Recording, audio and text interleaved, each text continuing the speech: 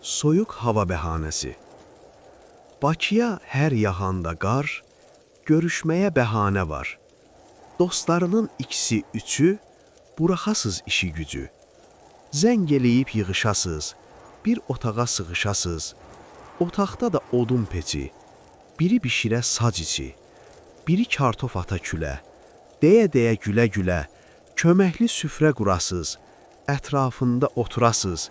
Süfrədə də turşu, pendir, süzmə yağlı, çörək təndir. Çörəyi də qızdırasız, özü də əllə qırasız.